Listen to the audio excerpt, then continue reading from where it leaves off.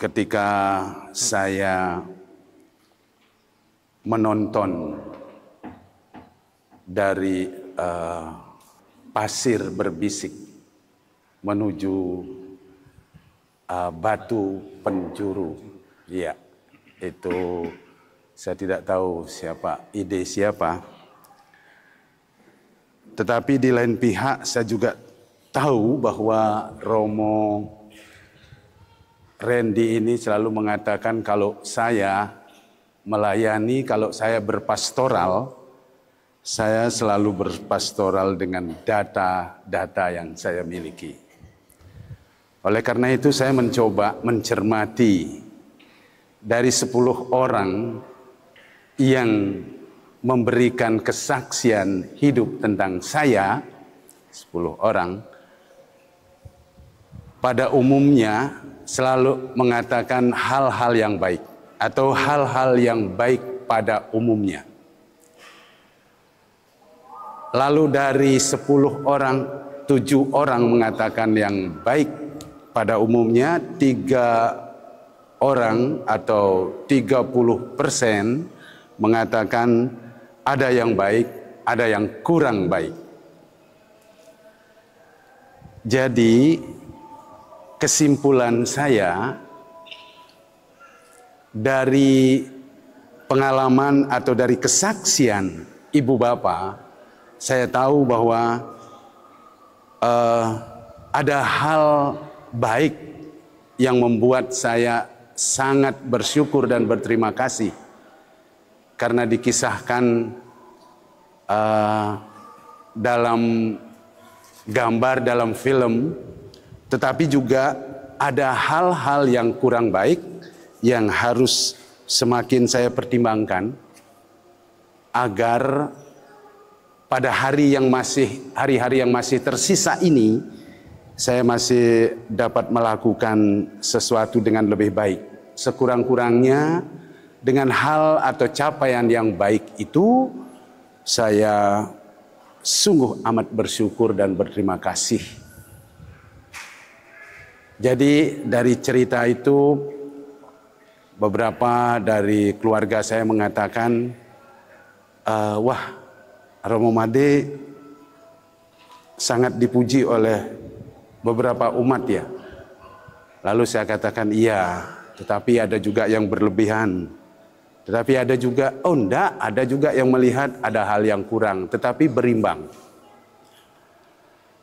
Tapi baik, Bapak Ibu, saudara-saudariku yang terkasih, saya menulis buku Renik Kisah 40 tahun imamat saya.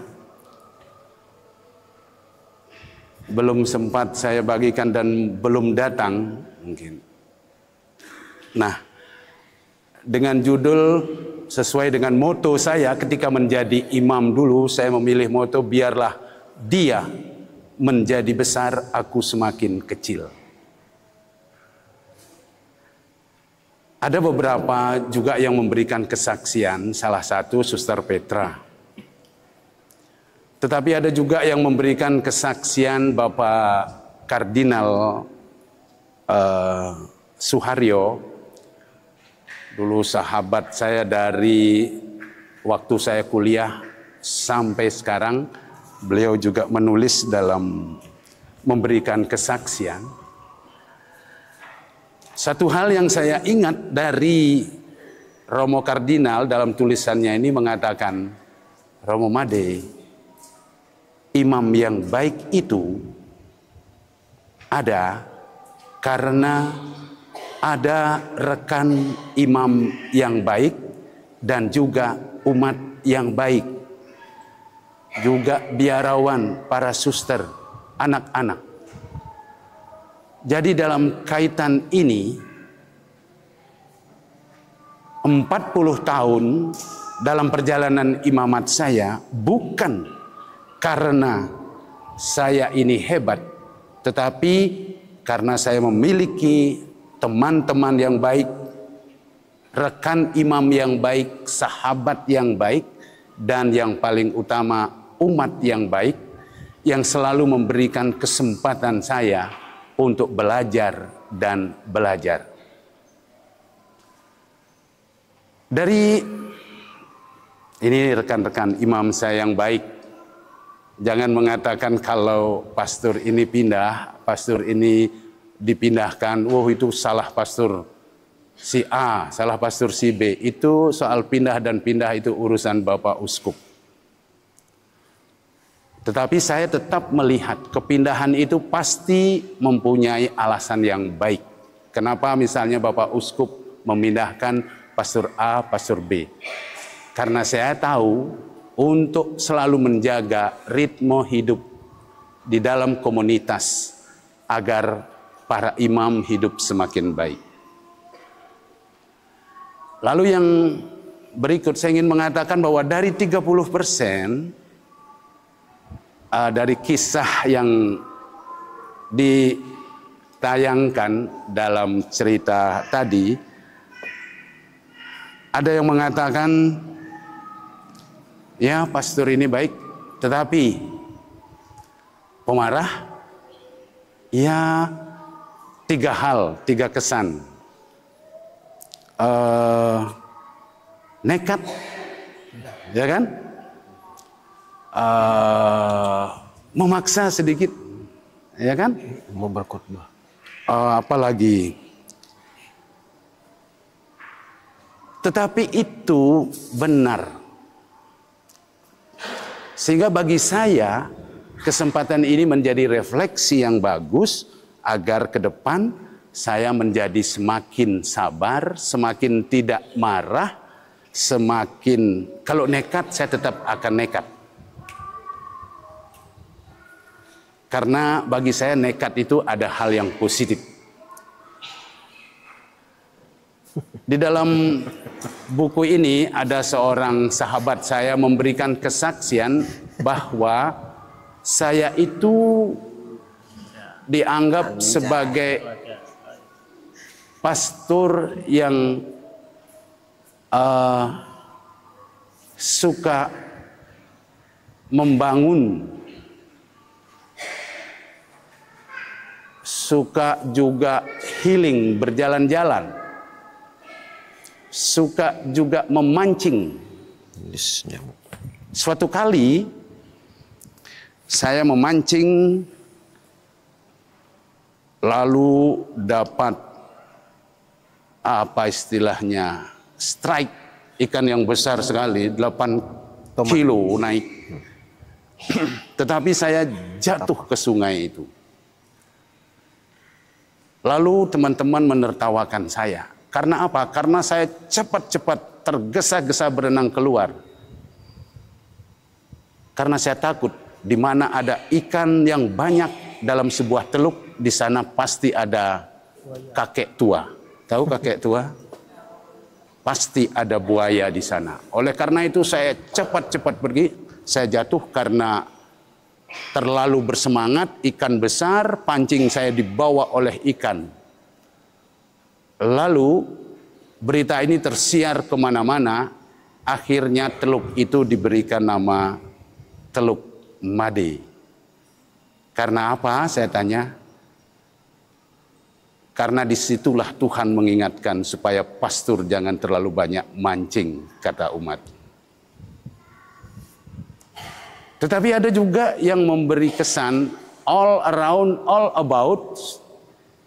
Nah, jadi all around, all out, all about Jesus. Misalnya dari Fikjen. Ada juga yang menulis bahwa pastor ini adalah seorang idealis. Pastor ini pastor pembangun dan lain sebagainya. Jadi Bapak Ibu bisa membaca dalam permenungan saya renik-renik kisah yang coba saya tulis. Jadi kadang-kadang larut malam, kadang-kadang baru refleksi berjalan, ide berjalan. Tapi Bapak Ibu, satu hal sekali lagi saya ingatkan pada diri saya, bahwa semuanya ini terjadi, 40 terjadi, bukan karena kekuatan saya, tetapi kekuatan rekan-rekan imam yang bisa menerima saya apa adanya, umat yang memberikan kesempatan kepada saya untuk selalu belajar, ditambah dengan semangat hidup. Mungkin Bapak Ibu, kalau orang tua-tua dulu pasti tahu bahwa saya ini pemain sepak bola. Saya ini seorang bisa menjadi striker karena peran saya adalah midfield, artinya pemain gelandang di tengah. Saya harus bisa berfungsi sebagai back belakang yang harus mempertahankan. Tetapi saya juga harus bisa menjadi penyerang yang tangguh. Dan saya tahu bahwa pemain tengah itu harus rajin berbagi. Kalaupun ada gol, gol itu menjadi indah karena hasil dari kerjasama tim. Bukan karena saya bisa membawa bola dari pertahanan back sampai gol. Tetapi gol itu terjadi karena kerjasama yang baik, yang pertama. Dan saya rasa itu juga yang melatar belakangi ketika saya dipercaya untuk menjadi pelayan atau untuk koordinator di mana saja di paroki-paroki. Yang kedua, saya punya talenta untuk bermain musik. Saya suka gitar. Saya bisa sedikit bermain organis, tetapi tidak sehebat Romo Randy. Tapi saya bisa main drum dengan sangat, ya menurut saya dan orang bilang cukup baik. Drum itu kalau saya disuruh memainkan lagu rock, saya akan main dengan semangat sekali. Drum saya akan berbunyi keras dan hingar-bingar. Tetapi ritmonya tetap sama. Ketukannya akan menjadi sama. Kadang-kadang harus ada saat lembut, kadang-kadang ada saat keras, kadang-kadang saat menghujam. Dan saya rasa itu juga melatar belakangi karakter atau refleksi hidup saya. Bahwa kadang-kadang kita harus menjadi pemain yang bisa berbagi, yang bisa bertahan, tetapi juga bisa bekerja sama. Kadang-kadang kita harus menjadi pemain rock yang bisa keras, tetapi juga kadang-kadang lembut, tetapi juga selalu dalam tempo yang sama.